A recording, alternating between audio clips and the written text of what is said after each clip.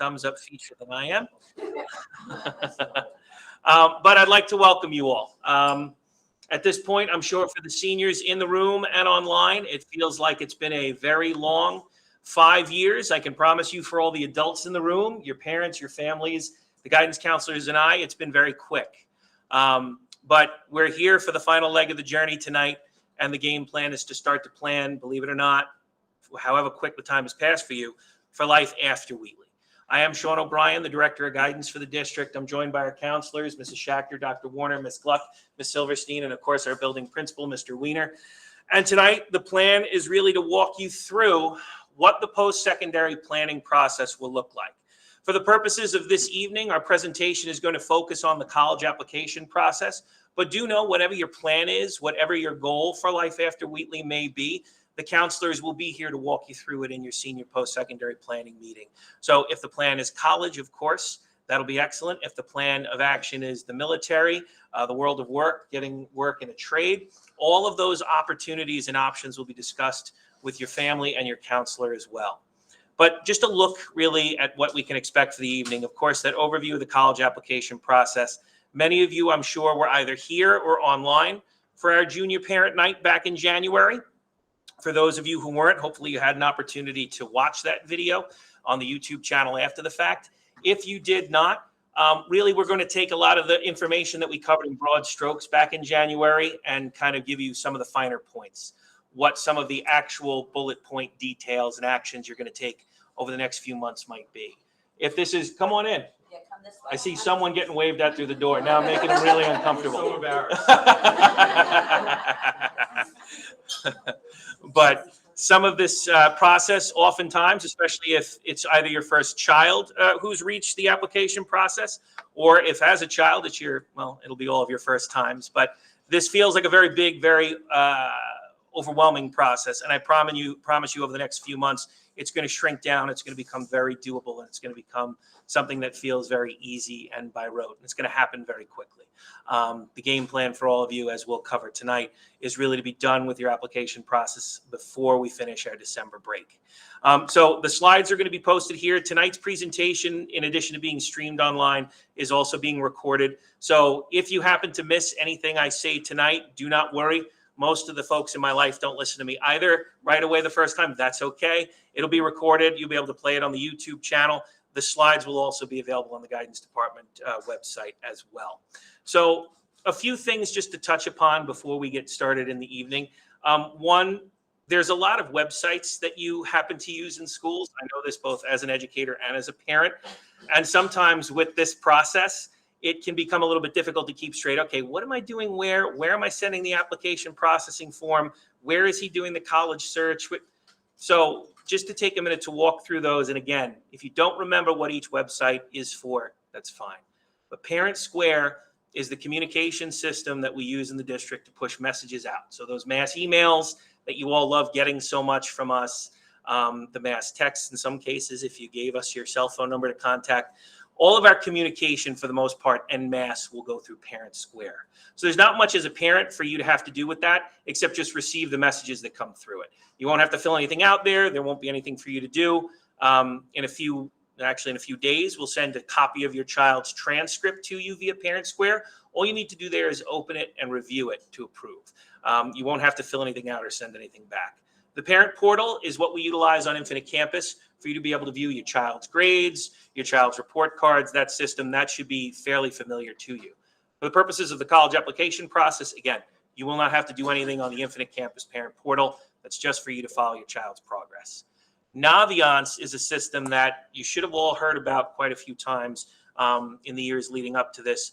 That's the system where in the younger grades, we utilize it for helping students to identify their areas of interest in terms of careers, matching those areas of interest to potential majors they might like to pursue. And then at the later stages, where all of our seniors are now, you utilize that system to identify what schools have the majors you're interested in and begin to get detail into, are those schools the right fit for you? And then from there, the counselor will use that to send your supporting documents. So the students will be using that really to begin to identify at this phase the colleges of their choice. And then finally, the common application is the application that the seniors will fill out. So by and large, the majority of the schools to which you will each apply, and we'll go over this in greater detail later, are on the common application. So from a parent perspective, because that's the area where typically these websites are the most, the kids don't care about the website, so we're most aware of them. Parent Square is where you receive information. Parent Portal is where you check your child's grades. Naviance is where your child completes their college search. And the common application is where your child fills out the college application. Does that make sense? And then in terms of the transcript, I mentioned that a moment ago. One of the largest parts of the college application process is your child's high school transcript. We want to make sure it's accurate. So over the last several weeks, the counselors have been going over each of your transcripts with a fine-tooth comb, making sure that there are no weightings that are off on a course, making sure that the GPAs accurately reflect the courses your child's taken, and making sure the Regents grades that you've taken are accurately reflected as well. From this phase, the transcripts will be ready to share out with all of you by no later than this Friday. I'll push that out directly to each of you on Parent Square, so you'll get a message from me with your child's transcript. We ask that you and your child review it, make sure that, to your knowledge, everything is accurate. In the event you say, oh, you know what, Mr. O'Brien, my son took AP World History, and for some reason it's showing as global. This is especially relevant for students who might have transferred into Wheatley after 8th grade, if they came to us from another district. If you catch any discrepancies such as that, you contact your child's counselor, and we work to find a correction. If it's accurate, you'll fill out the transcript verification form, which we'll talk about in a little bit, and then we're able to send it off to colleges. So look for that no later than this Friday. If you haven't received a copy of your child's transcript by Friday, please just send an email to your guidance counselor. It could be an error in Parent Square, and we'll make sure to get a copy directly to you. All right? So a message that I like to share just before we get into the details, and I like to discuss this at every senior parent night and at most of our junior parent nights too. The importance of making sure that in this process we are targeted with our actions. And it's important to me that each and every young person in this room, at home, and in this building who spent the last several years of high school putting in very fine, very careful work and making sure they could do the best they can do, walk away from this process feeling fulfilled and feeling satisfied with the results they get. And I think a trap that students all too often fall into in our country is beginning to assign too much importance to any one particular institution, any one particular school. And this is where I'm going to end up. It has to be perfect. It has to be this place. It can only be this place. And it's very important that as we approach this process, each and every one of you recognize that success is not defined as any one particular school. It's not defined as any one particular way. We focus too much on getting the sense that college is kind of the end of the road. We go through this K through 12 journey, and college is that end point. It's not. It's another mile marker on the journey, and it's important to reframe it like that. So I have that quote there from Stephen Covey, begin with the end in mind. And the game plan for each of you over the last few years, as we've done some of our work in Naviance to begin to identify colleges that may be of interest to you, is first and foremost to help you identify what careers may be of interest to you. Where do you want to be? What do you want to be? You may not know that yet. That's okay. But you should have a general idea as to the area you'd like to go into. College is a means to that end. It is not the end. There are a number of different institutions that can get you to where you want to be. So it's very important as we go through this process for us all to bear that in mind. So we want to make sure we're paying attention to the acceptance rates at our institutions. We're using Naviance to create a balanced, realistic college admissions list. And we're thinking and reflecting on what it is we'd like to do, where we'd like to go, and how we'd like to get there. I have a YouTube link that I'm not going to click for you here because I don't want to hear the sound of my voice. But it's a video we did to overview Naviance as it's used for seniors, for parents to familiarize themselves with a little bit more. So if you are curious about how seniors can go about researching their colleges of choice, once I send the slides out tomorrow, you can click that link and you can watch that video and just relive that thrilling 45 minutes. So just looking back to last year, because as we talk about building our college list, I think it's important for us to look at some of the trends that have been emerging. And I'm sure at this point you've all heard about the shifting landscape. COVID has changed things. We've seen some changes. And I thought it was important to highlight them this evening. What we saw last year, especially at our Ivy League and highly selective colleges, is that the number of applications to those schools over the last several years, last year in particular, has greatly increased. So we're engaging in a far more competitive and large applicant pool than ever before. In addition, because of the increase in applications, the acceptance rates have dipped. And we're seeing changes in demographic breakdowns at each of those schools as well. So what does this mean for us as seniors? And I'll just kind of use NYU as a case study from last year. NYU's total applications received has nearly doubled in the past 6 years. So in the 2016-2017 school year, we saw about 75,000 students apply to NYU compared to last fall where we saw roughly 120,000. So that's the population of a small city in America. In addition, NYU's acceptance rate fell at a steeper rate than their applications increased, dropping from nearly 21% for the class of 2022. So those were the seniors from the 2016-2017 school year I just referenced, to 8.3% for the incoming class of 27. That's last year's seniors. The median SAT score was 1540, and the incoming class represents a group with no prevailing racial or ethnic majority in its demographic makeup. 19% of the entering class of 27 identify as first-generation college students, and 20% of the entering class are Pell Grant recipients. That means they demonstrated some financial need. Many of these trends that we observed at NYU were seen to varying degrees elsewhere as well. And so what I highlight this for is to drive home the point that when you are dealing with numbers that are that high and percentages that are where those are, it is entirely possible for you as a student to have done absolutely everything right and still not necessarily get the result you would like. That is not due to a misstep on your part or a failing of you to prepare yourself for the process properly. It simply is, in certain instances, these classes are fielding extremely competitive pools, and decisions are made based on factors that are in many cases outside of your control. So when we're dealing with a situation and a landscape like this, it's important for each and every one of you to remember that you need to be building lists that are well balanced. College is a means to an end. There is no one school on your list that is your must have. You're going to have that school that you want to go to. You're going to have that school that you're leaning towards. And you and your counselor and your family are going to do everything you can to get you there. But do not put what I've always called college blinders on, where you have this one school in mind and you develop tunnel vision and you don't focus on other institutions that you may be just as happy at and may have just as strong a program to give you that opportunity to get to where you want to go through that pathway in case one unexpectedly closes to you. We've seen admissions decisions in recent years, and you can see these numbers, that are sometimes unexpected.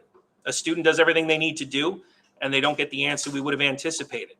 I can tell you, just using NYU as an example, when Mr. O'Brien applied to colleges once upon a time, a student could get into NYU with an SAT score in the 1100s.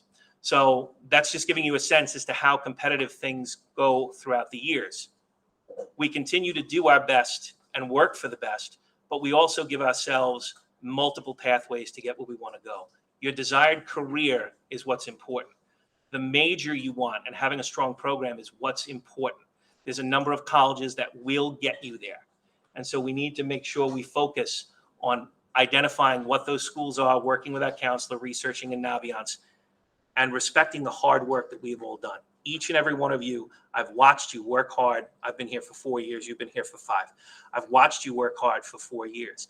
I've watched you go through, I'm tired of hearing the word unprecedented in the last few years, but I've watched you all go through unprecedented academic circumstances, and you've come through it excellently. You've all put the work in. It's now time for you to enjoy the fruits of that labor, whatever school that happens to be at. So I'm going to turn it over to the counselors now. They will walk you through the steps to take to get to where you want to go. But bear these things in mind. Just remember, the college application process is just that. It's a process. It's not an event. This is not going to be finalized or decided in one meeting with your school counselors as you schedule them in September. We want you checking in with them. The more you email them, the more you see them, the more questions you ask them, the more answers they can give you, and the more they can shrink the process down and simplify it for you. So I'm going to turn it over to, I believe, Mrs. Silverstein, and she's going to walk you through the actual application process. Thank you. Thank you. Hi, everybody. How we doing? Good, feeling all right so far? Okay, so as we begin to think about our college applications, the first thing I'm going to recommend is opening up a Google Doc and writing Naviance, username, password, Common App, username, password, Coalition App, username, password, College Board, ECT, and whatever other websites you need so that it's all housed in one place, because you do not want to be resetting your password every time you want to gain access to the applications. So we have the Common Application, which is probably the most widely used application with more than 1,000 colleges on it. Each application has a main general section, and then every school has their individual supplemental application, which can range from questions as to when are you planning to start, when do you plan to live on campus, to writing 3 additional essays. So it's very important that you look at the main application and you look at the supplemental applications as you are adding to your Common App and the schools that you're looking to apply to. The Common Application links directly with Naviance, and we merge that. Students can do that before they meet with us, or they could do that while they're meeting with us. And it just helps in us sending the information to the colleges. Then you have the Coalition application. Coalition has over 150 schools on it. There are some universities that only use the Coalition. So as you're applying, we want to make sure that either we're using the Common App, the Coalition app, and our records are kept nice and straight. The Common App only allows 20 colleges. So we should have a list that is our target schools, schools where our numbers are on par with, schools that our numbers are above, and then schools that are a little bit reachier where our numbers sort of are there but might fall a little bit underneath. That would be a nice wholesome list. Do a lot of students apply to 20 schools? No. Some apply to 2, some apply to 5, some apply to 12. We have to figure out what that list is going to look like for you. So in addition to the Coalition app, there are some schools that have specific applications for their institutions only. The SUNY schools, a lot of them are on the Common Application, but they also have the SUNY app. We have a CUNY app for the city schools of New York. Then there are also schools that have their own applications, like Rutgers University, where you have to go specifically to that school's website and start an application there. That would be another username and password you would add to your little handy dandy Google Doc. In addition to that, we send transcripts, we send your academic records. There's also an app that is embedded in the Common App, and then a separate website called the Student Self-Reporting Academic Record website. There are some schools that require that. As you're looking at your list, as you're building your list, as you're looking at the requirements for the schools, if you see that, that's not something to ignore. Schools like Penn State, University of Florida, Maryland, they all have some sort of self-reporting academic record. Okay. Okay, application terminology. All of the seniors sitting in this room should know this, right? We got this, guys? Yes? Okay. So early decision. You apply somewhere around November 1st and you hear back by December 15th. If you are applying early decision, that's something that your parents need to be aware of, you need to be aware of, and your counselor needs to be aware of. You are basically saying, if you accept me, I'm going. You're basically married to the school. You're saying, I want you. They're saying, we want you back. It's a marriage. Okay. Early action priority is non-binding. That's also November 1st, November 15th, and you usually hear by December, January-ish for most schools. Then you have schools like rolling admissions that are first come, first serve. The sooner you get your applications in, the sooner your decisions are rolled out. Regular decisions are made after a deadline and the date has lapsed. So regular decision could be December 1st. Regular decision could be January 1st, January 15th. Again, keep your eyes on those deadlines. Then you have single choice early action or restrictive early action. What makes that different from all of these other schools? You are restrictive early or single choice early. You are basically saying, I'm committing to you. You're not signing an early decision agreement form, but you're also not applying to any other school that has an early decision or any other private school, that has an early action or early decision during that same time. Does that make sense? Do I need to clarify that one more? No? Okay.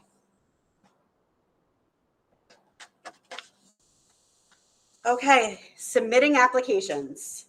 So everyone's going to make appointments with their counselors. You will submit paperwork to us, and I think Ms. Gluck will go over that in a minute. You do not have to wait. You do not have to wait to meet with us to submit your application. You can hit submit on the Common App, on the Coalition app, on the school-specific apps as soon as you are ready to go. If you want us to look over it, we would be more than happy to look over it. If you're done, you say, I just want to get it out, you click submit, you have a meeting with us, and then we send all of the supporting documents. So it is okay to submit prior to meeting with us. Our paperwork, we ask for a 15-day window, just because there is a lot of paperwork, a lot of stuff to upload to Naviance to process everything and get it out. Naviance common application must be matched, and that'll be under the colleges I'm applying to section. Again, students can come in to us so we can match it with them, whether it's when they're handing in the materials or if they come in before and say, how do I do this? We will help them do that. We have an application processing form and a transcript verification form. Both of those forms must be submitted with a student and parent signatures. One is online through a Google Doc or Google form, and the other one is paper. Having a completed activity resume and a college brag sheet submitted on Naviance or handed to the counselor would be great. And again, we can help in matching your Naviance and your common application. Any questions about application stuff at the moment? Yes. I have a question. It says 15 school days for all college paperwork to be, for the request to be processed. So November 1st deadline, you have to know by November 1st which colleges were applied to, so you can go ahead and do all the. So if you have a November 1st deadline, we would want to have a meeting with you and submit the paperwork by October. The dates are on the application processing form, but I believe if we're talking about November 1st, I think the date is somewhere around October 11 or 15. So you just need to know which schools they're planning to EA or ED to, right? Correct, for those early deadlines. For the early deadline. Yes. Then if at the end they decide not to, or they don't make that one. That's totally fine. But if they decide to add an additional school, just. They can do that Right. after the fact. Right. So let's say you're applying to 4 schools early action. You can give us those 4 schools, and then you can bring us another form and say, okay, now I just added 7 more schools. And we just keep the process going. Okay. All right, Ms. Buck. All right, good evening. How are you?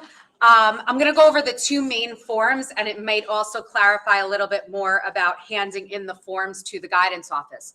So the transcript verification form, that's the first form that you're going to see. And as Mr. O'Brien mentioned, the counselors have been reviewing your transcripts, going through, making sure all the credits are correct, the Regent scores, because there's been a lot of exemptions and state appeals, especially with COVID, with the Regents exams. With that being said, you are going to receive the transcript through Parent Square by the end of this week. At that point, by early next week, we need you, parents or guardians, as well as your student to review the transcript. Then you are going to go to complete the digital form, Google form, verifying, hence transcript verification form, that your transcript is correct. If it is not correct, you're going to list what the issues are. Us counselors will review those issues, and then we'll call your student down. We'll connect with you as well, and they'll bring home another copy of that transcript to verify that it's okay. We are not going to be able to send any transcript to a college without those signatures. So we want to ensure that the transcript that you approved is the one that goes off to the colleges. Students who are in SWS, or if you were in SWS and you may have chosen to leave SWS or you join later on, you still need to provide your counselor with an SWS transcript. You can contact Pat Clark. He can give you a template of that.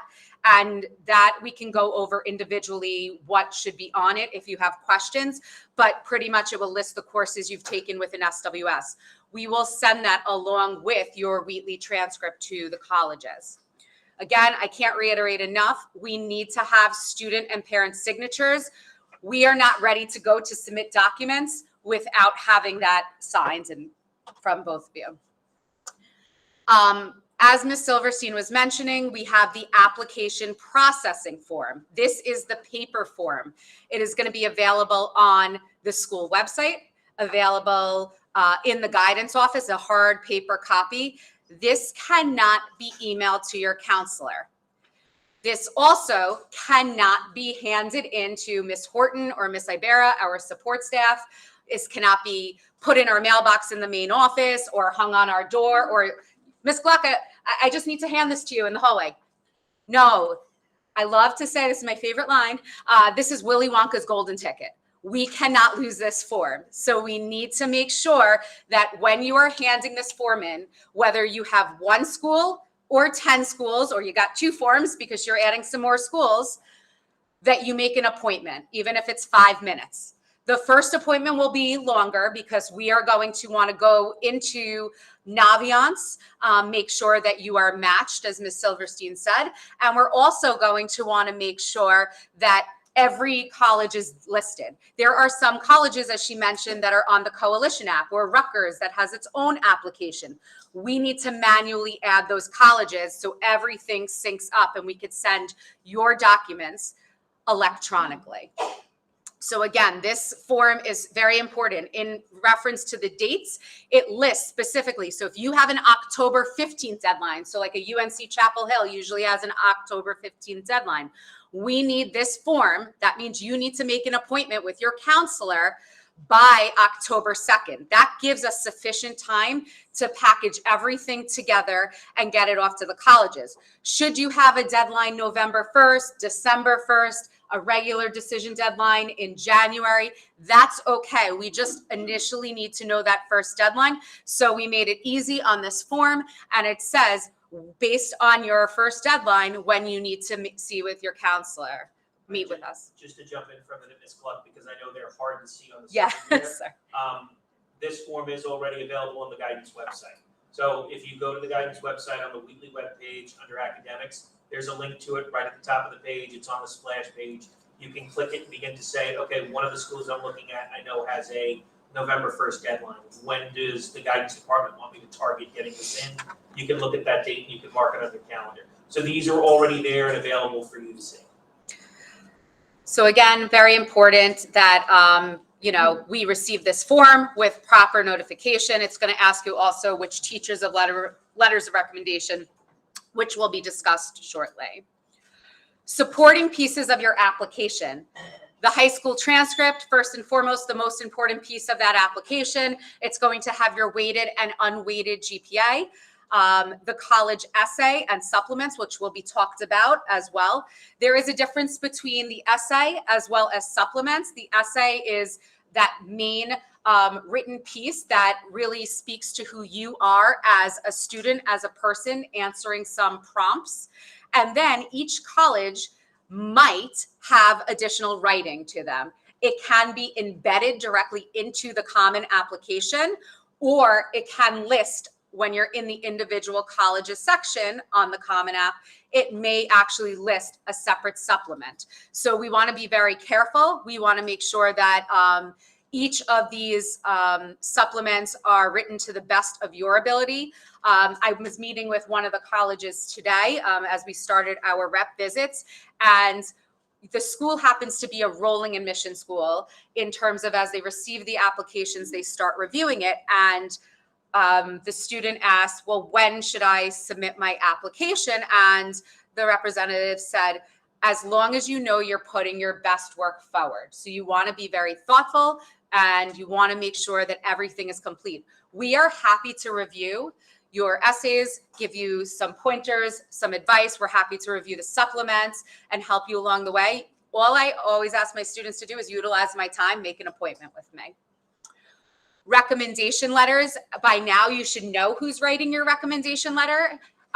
You should have preferably 2, but please make sure that those recommendation letters are very specific to programs as well. So for example, if you're applying to like a combined medical program, they may need 3 or 4 letters in particular academic areas.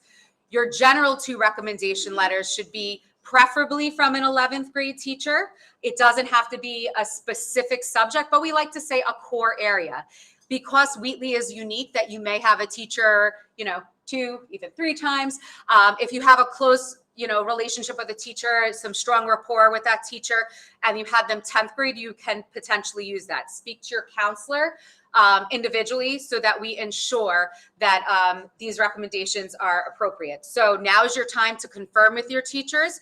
And when you meet with us, we're going to ask you who's writing your recommendation letters. Some colleges allow us to send 1. Some colleges only allows us to send 2 or more recommendations. So we'll talk about that. Activity resume, also another important component of the college process. You have access on Naviance. You should be inputting in the resume section, inputting all the activities that you have done inside and outside of school, sports, extracurricular, jobs, anything that you have done on that activity resume. On the actual common application, it's going to ask you to list the 10 most important activities. You may have more than 10 opportunities, especially with the way our students perform community service here. With that being said, whether you house it in Naviance, you can also create a Google Doc if that's easier for you as well. And please list what is most important to you. I can't tell you what's most important. You know that. We can help you with any formatting in terms of if you're not sure what section you want something to go to. Please just work with us and we'll help you through that. SATs and ACT scores, we are advising students to take one or the other or both. You should be testing at this point. With that being said, the test scores are not listed on your transcript. You should have access to view your scores on Naviance, but they do not get sent off to a college. So what's really important is if you are going to be submitting your test scores to the college, you need to go on to College Board or ACT and directly submit that to each institution that you're choosing to submit your official scores to. You do have the option to self-report your scores on the common application. We'll have that individual discussion whether or not that's an appropriate route for you to go. The high school transcript, colleges are looking for that 3-year cumulative weighted or unweighted GPA. That includes your Regents-based courses. So it could be a French, Spanish, Italian 100, living environment, and or Algebra 1, generally speaking, that we're taking in 8th grade.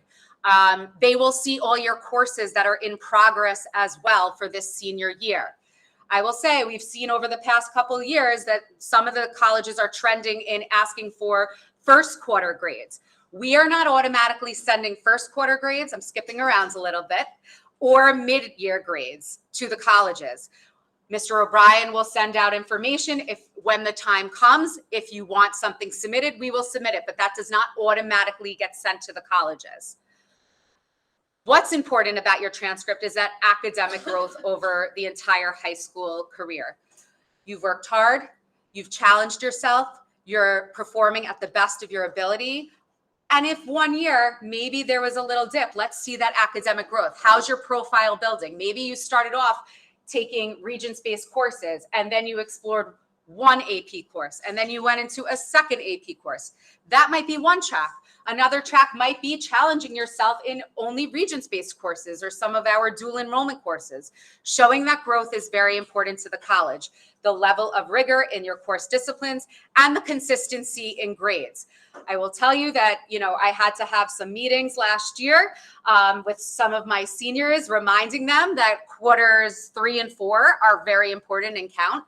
We are checking in with you because we want to make sure that what they see on your transcript when you submit to college is what you end up, very consistent grades, because they can rescind an admissions decision if your grades are inconsistent, or send out even a letter saying that, you're academically you know, your grades that we saw in your final transcript is not necessarily consistent with what you have been performing in high school. So seniors, I know the end of the year is a fun time. We want you to enjoy that time, but please make sure you're keeping up your level of rigor in your courses. I'm now going to turn this over to Ms. Silverstein to talk a little bit more about the college essay, and Ms. Schachter, sorry. Good evening. So I've been doing this almost 25 years, and this night always makes me a little tense because I know you must feel tense. And I have 2 grown boys that have gone through undergrad and grad, and I still sit here saying, I hope I did everything right. So what we're doing tonight is giving you a sense of what's to come. I promise you, it makes more sense once you're actually doing a lot of these things. So you're hearing a lot tonight, and we're going through a lot tonight.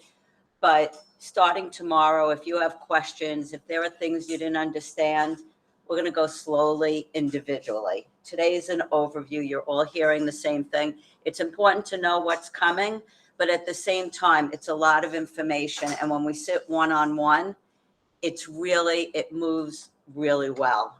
As long as you stay with us and our timeline and not fall behind on deadlines, this will really all be okay. So one of the things you should have worked on, or you're about to work on, everyone's in a different place in this process right now, is you're all going to probably be writing a college essay. One essay for the Common App that goes to all the schools. This essay provides the opportunity for student voice and creativity. You try to write something that's engaging. It needs to be in the voice of a teenager, a senior. It is okay, and the essay should be proofread by 1 or 2 adults. That's it. Number one, you don't want someone writing the essay for you that's 45 years old and has been to college. These college reps pick up on that. This needs to be a teenager's voice. If you have too many people proofread, you lose your voice. This does not have to be a work of perfection. It just has to be something you want to share about yourself that the colleges might say, this sounds like someone who will be a great roommate. This sounds like someone who will be a good citizen on campus. Okay? Keep it simple, keep it real, and come to us, and we can help you with that. Your English teachers also are usually willing to help. So use resources, don't overdo it, don't rush it, take your time. You might go through a lot of ideas. Once you get the right idea of what you want to write, it should go pretty quickly. You should not suffer through this. Ms. Schachter, if I could just jump in for a minute as well. Yeah. You know, I don't know how many of you on our YouTube channel had the opportunity to look at a recording of our junior parent night from about 2 years ago or so. I play the clip fairly often. I probably played it at all of your junior parent night, but we have an assistant director of admissions from Dartmouth College, who's responsible for reading the applications that our students and students from our area send.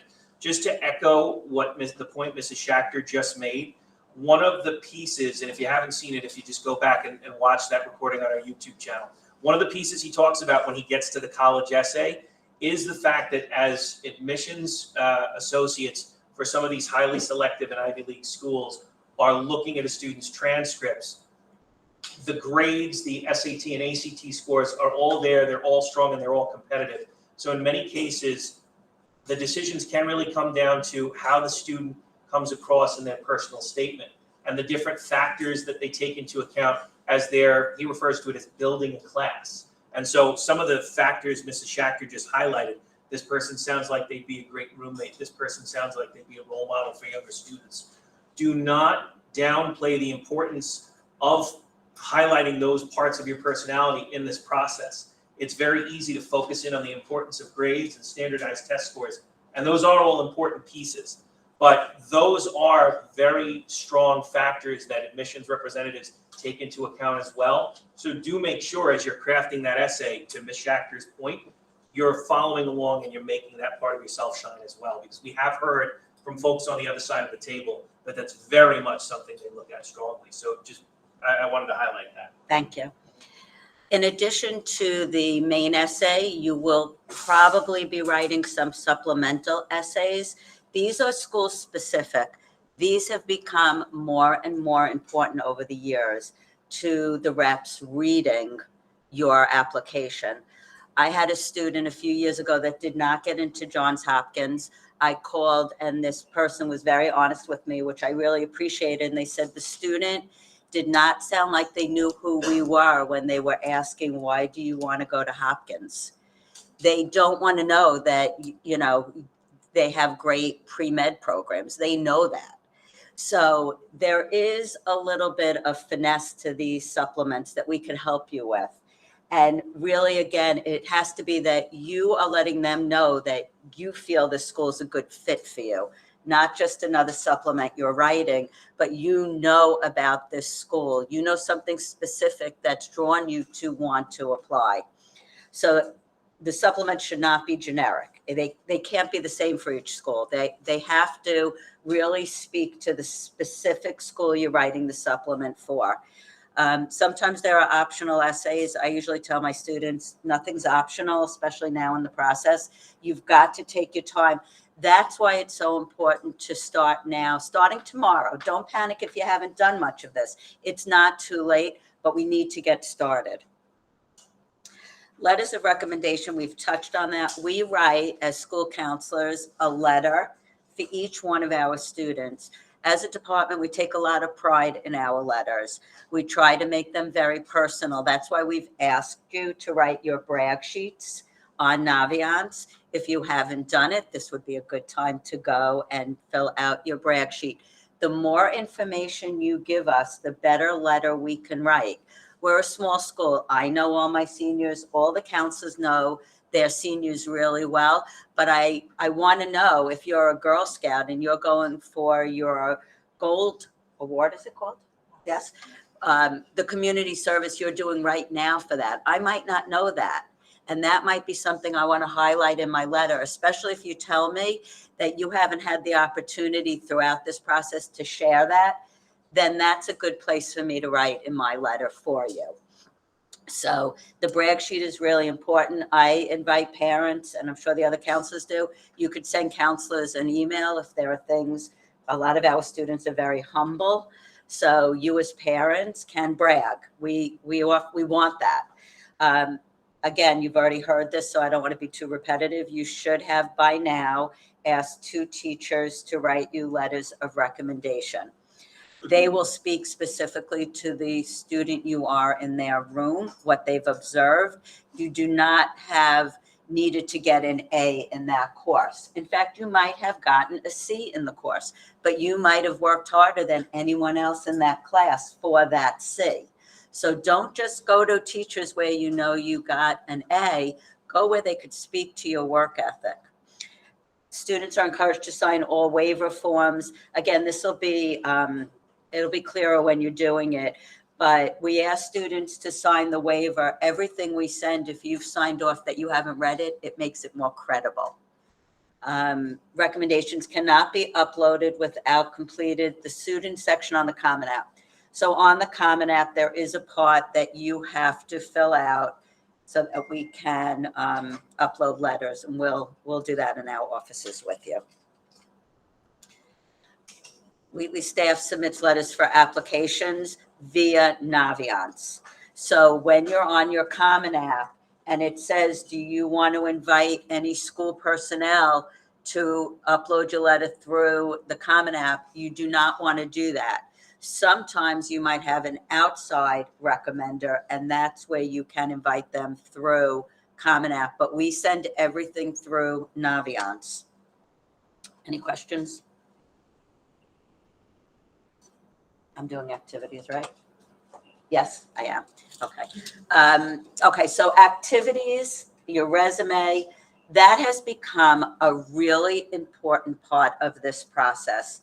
As standardized testing, SAT and ACT, and I don't know if any of you remember subject tests, but as that has become less important, things that you have done outside the classroom have become more important. So there is a part of the Common App where you have the opportunity to list 10 activities. You want to list those in order of importance. So imagine a representative from a big university is going through thousands upon thousands of applications, and each one they're looking, okay, we have 10 activities. The first 5 I'm really paying attention to. By 6, 7, 8, I'm probably already thinking about the next applicant, and I might never have gotten to 8, 9, 10. So you want to really highlight and do a variety if you have.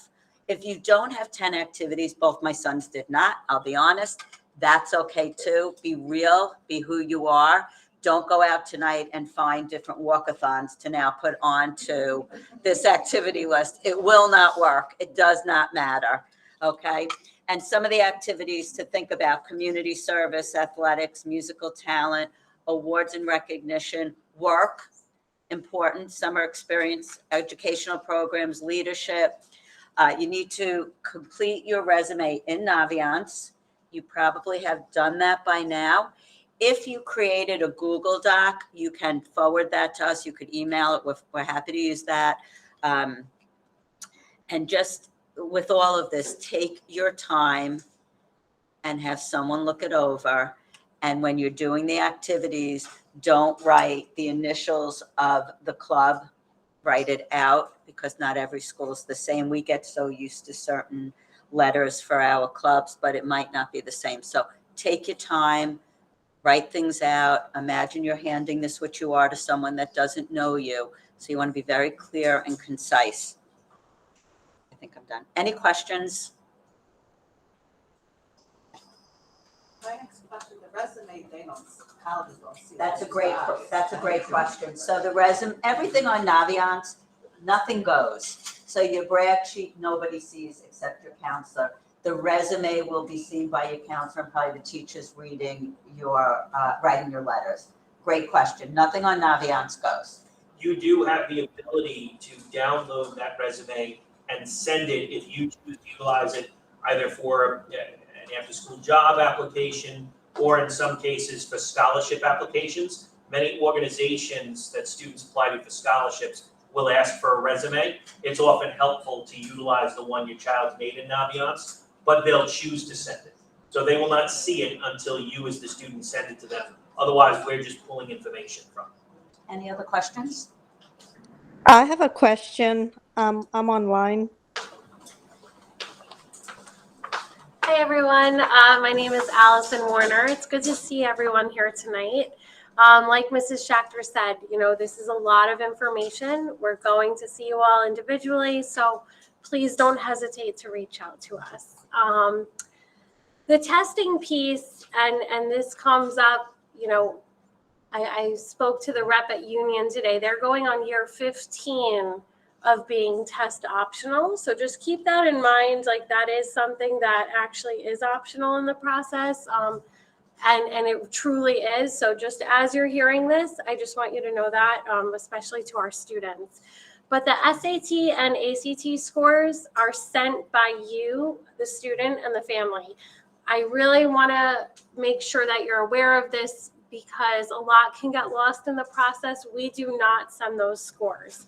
So if you're planning to send them to one institution or all of your institutions, please be sure to do that directly through the College Board or through the ACT.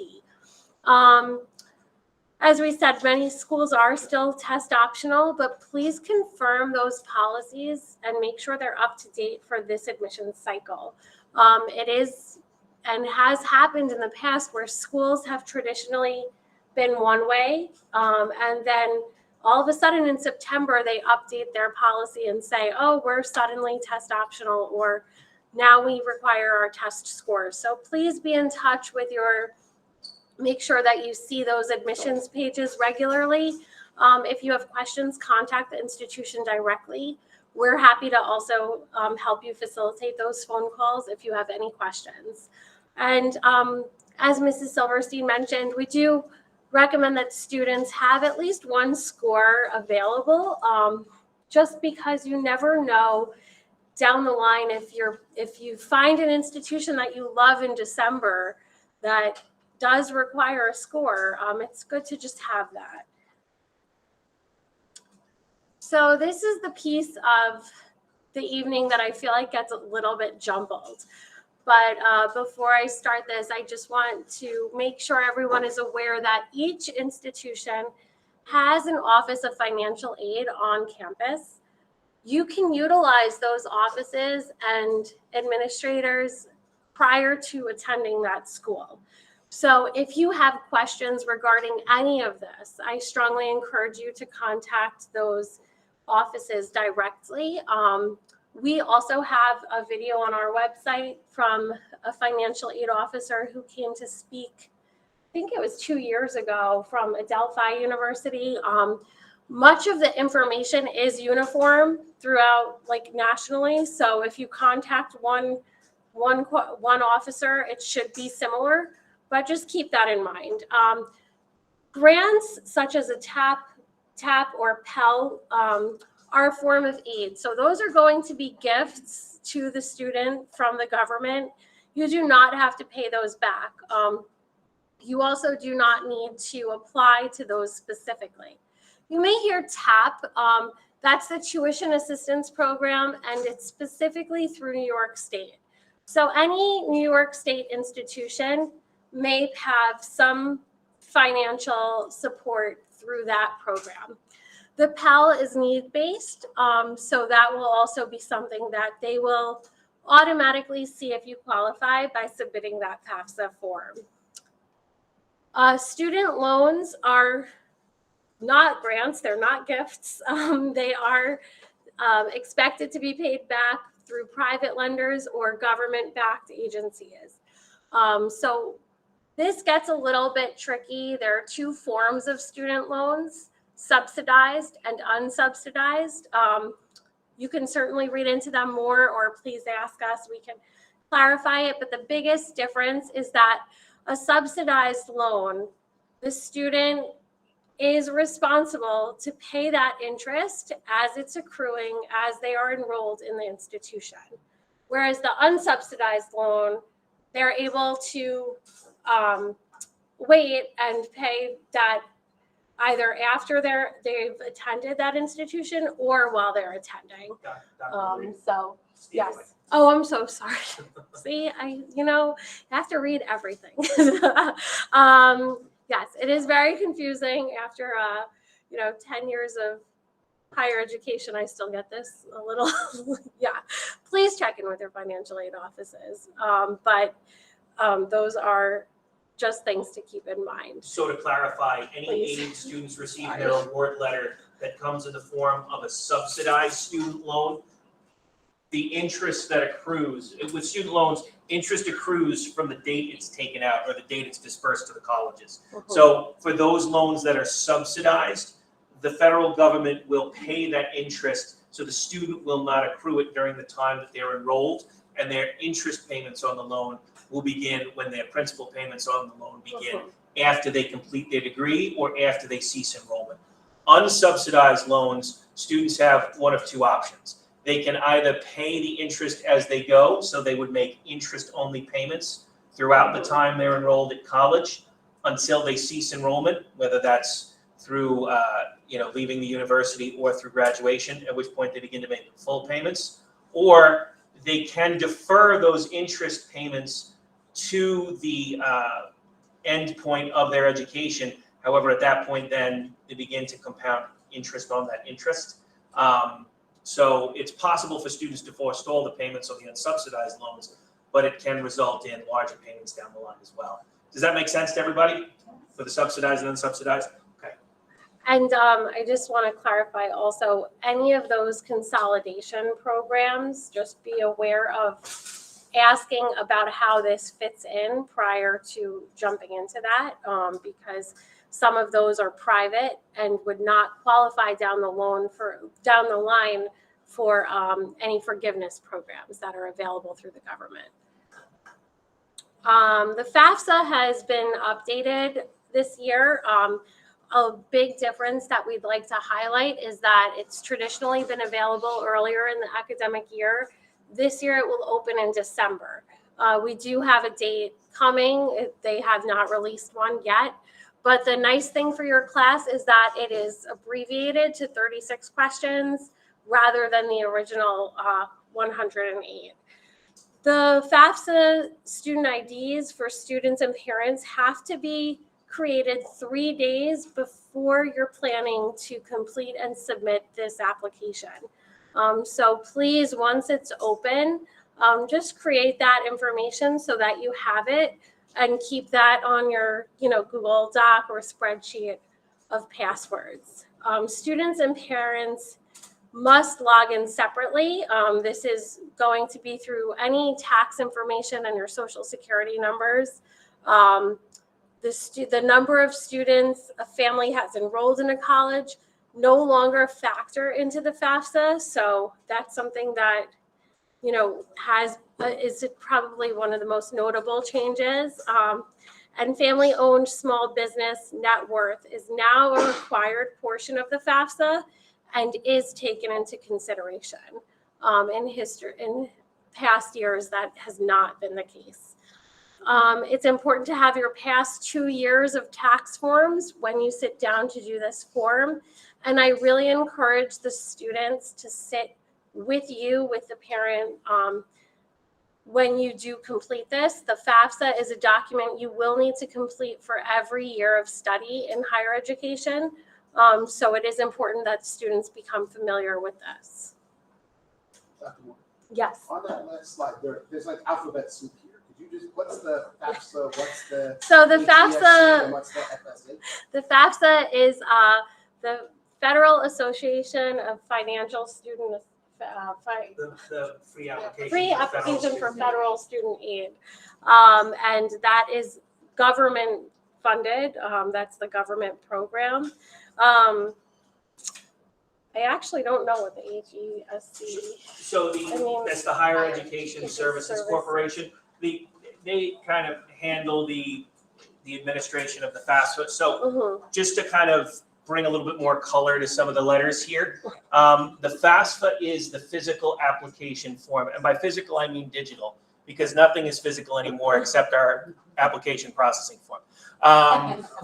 So the FAFSA is the digital form that students and their families will fill out in order to apply for student aid.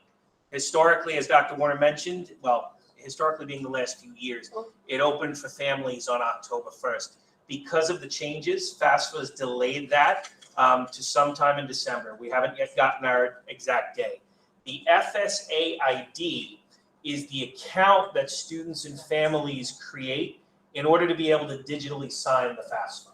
So when you sign your FAFSA, you as the student will need your own FSA ID to fill the form out and sign. I as the student am planning to apply to these colleges. I've answered these questions to the best of my ability, and here it is. The parents then also sign the FAFSA using their own FSA ID. The FSA ID is a federal ID. It's a federal account. It will ask for your social security number, and it will link to your tax returns. So what this will do is, and one of the reasons they're able to shorten the FAFSA, is it does just import your tax data directly for you. So in the past, folks used to have to work out formulas and figure that out. Now it will do that. The reason for the 3-day wait prior to planning to complete the FAFSA is the federal government has to verify that the information you've answered is correct. They want to make sure there's no fraud. So you're entering your information, it matches everything they have on your tax return, and they're linking. So a student must create an FSA ID, and every parent that will sign the FAFSA with the student must create an FSA ID as well. So in the instances of a single parent household or a divorced household, the parent who provided the most support to that student in that particular year must sign the FAFSA with them as well. We do have on the Guidance Department YouTube channel a link to a series of videos, as Dr. Warner mentioned, from Ms. Amy Thompson. While there are some changes to the FAFSA this year, the procedural information that Ms. Thompson from St. Joseph's College goes over is applicable to what you will all see. In addition, we have a link to a video from Mr. Gene Rogers, one of the assistant directors of financial aid from Malloy, who is here at Wheatley as well. We can also answer specific questions you have as you're going through the financial aid process additionally. But does that make sense for everybody? Does that kind of make a little bit more sense? Okay. Yes. So if you're in a family with two parents, do we each get our own ID, and how does it tie to the child? Like, if we're all logging in separately? So what it will do is you will log in, and I believe the student indicates you as the parent, and then it will link the account for you. That happens on the back end.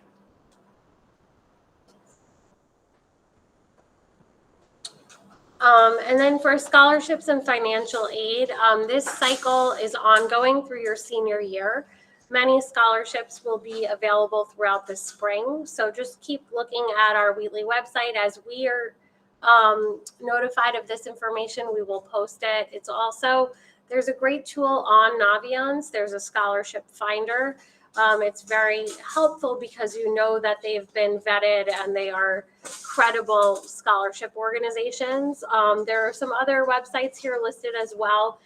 Please be sure, students, to make sure that you are involving your families in this process. They will ask for a lot of personal specific information, and you do just want to make sure they're credible. But starting through those websites that we've provided is the best way to do that, rather than just Googling, scholarships for this college application cycle. So as Mr. O'Brien explained, the FAFSA will calculate your expected family contribution. And then the CSS profile is available through the College Board. It's a college scholarship service that will actually look at your need, but also evaluate how you will be able to pay based on your cost of living here. So some institutions, such as Wash U, will use that to kind of like standardize students who are applying from New York versus students from, the state of Washington. So your college admissions officer will also let you know if that's something that they require. Many schools do not require that, but it is encouraged that you do complete it. Does anyone have questions about that piece? Thank you. All right, thank you, Dr. Warner. So as we begin to wrap up, just a few things I'd like everybody to remember. As Mrs. Schachter said, the purpose of this evening was broad strokes. It was the general process that by and large, every student applying to college will follow. That being said, this is a very individualized process. So while there are certain steps each one of you have to take, there are going to be a lot of individual decisions each one of you will need to make. For that, we ask you all, students and families, please meet with your guidance counselors. After today, you're able to begin attending your senior post-secondary planning conferences. Those are full period meetings with students, their families, and their counselor to talk about your particular individualized plan. If you remember last week, I sent out Calendly links for each of the counselors for folks to be able to go in and schedule their meetings based on a time that works for you as a family with the counselors. Those links are also posted on the guidance department website. You simply click the button that says click here. Actually, next to your child's counselor, a calendar with their availability will come up. You pick an appointment slot that works for you, and then you're able to lock that in. While we do prefer these appointments to be in person, we really like to have the whole family in for this.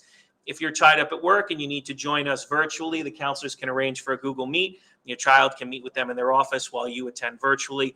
We want the whole family to be able to be a part of this planning and to hear what's being said.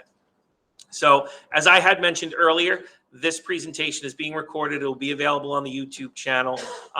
Please, please, please do not hesitate to check in with your counselor regularly. I said it before, but I'll say it again. Just make sure you're checking in with them. Seek them out, catch them in the hallway, not to give them your application processing form, but to ask them questions, drop those forms off, hold that planning conference. Again, the more questions you ask, the more answers they can give. Colleges have begun visiting Wheatley. We are having rep visits. We had a few in already today. I'm going to begin pushing the list of visits out to parents at home as well, so you can see it. But students, seniors, you should be checking Naviance as well for the list of schools that are coming in. If you see a college that you are interested in attending here at Wheatley, either virtually or the rep will be here in person, do make sure you get there. We talked a little bit before about the importance of your voice and who you are as a student coming through in those essays. This is a very, even though it feels very large in some cases when you look at the numbers from NYU and impersonal, it is a personal process in many other ways. So making relationships with reps really can help you to allow them to put a face to the name. So you're more than just an application on their desk. You're a student who wants very much to be a part of their school. Colleges do take your perceived interest as a student into account as a factor that they consider with admissions. So do make sure you're letting them know you're here and you're signing any cards they have. Attend open houses as well. Many of the colleges, this is open house season for them. If you have a school that you're interested in, make sure you go. For no other reason, if not to make connections with the admissions staff, so you can see the campuses that you're considering spending the next 4 years of your life at. Colleges pay photographers a lot of money to take a lot of pretty pictures of their campus. It's important for you to see schools in person so you can determine whether or not it really is a place you'd like to spend the next 4 years of your life. Of course, we're applying to appropriate schools and we're prioritizing the right fit over the right name. Do not fall in love with the reputation of a school. Make sure that school itself is a fit for you. Schools may have an excellent reputation, but if you know as a learner you do better in a small class setting, and that big name college will have you sitting in a lecture hall with over 500 other students for your intro to psych class, their name may be great, but they may not be a fit for you. Find that school that gives you the personalized touch, the environment, the campus life that you are looking for, and pursue it. Utilize Naviance to do that research. Utilize connections with your friends. Use our admissions rep visits. Use open houses, and use your counselors to help you make that decision. Keep an eye on the deadlines. Again, watch those forms. We'll work with you and make sure that you have everything on time. This is going to be a stressful time in your life, but our goal is for you to be through the active part of it before the December break. So the game plan is, as quick as that may seem, each and every one of you, by the time there's snow on the ground, that you should be done with this process and looking forward to the acceptance letters rolling in.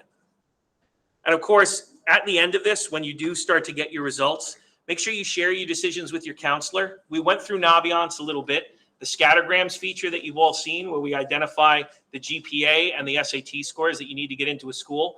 We're able to populate that because seniors give us their admissions outcomes every year. Please make sure you're letting your counselor know. We also want to brag about you. So just some dates for you to consider. September 12th, is that today? It's today. Begin to schedule your child's senior meeting. You could go to the Wheatley Guidance website to do that. I also did send a parent square out. I'll send one out as well each week, just as a reminder, so that should come through to your email, so you can just click the links rather than navigating the Wheatley website. By September 22nd, that'll be next Friday, you'll have had the opportunity to review your child's transcript. Please do get that transcript verification form into us so we can have your transcripts ready to send out, especially for those of you with early deadlines. November 1st is going to be the early admission deadline for most colleges. December 1st is our goal for you to have all your applications into guidance. If you have it in a little bit after that, that's okay. But our goal is, even for those of you not applying early, you should be done by December 1st, so you're ready to start focusing on the rest of senior year. After December 1st this year, FAFSA forms will be able to be submitted. Again, linked here is the full playlist of financial aid information from Amy Thompson at St. Joseph's College. And again, we do have a link of the recording of our financial aid night with Gene Rogers from Malloy College from a few years ago as well. And then May 1st, far off in the distant world of 2024, you'll deposit to the colleges of your choice. That's where you'll lock in after you've gotten all your good news and you've made your decision for where life after Wheatley will be.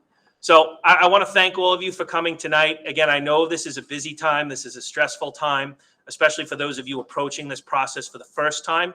It can feel intimidating. Please, please, please check in with your child's counselor, make an appointment, ask questions. We will shrink this process down for you. We will simplify it. I promise you that. So from there, I'm happy to open it up to questions if anybody has any.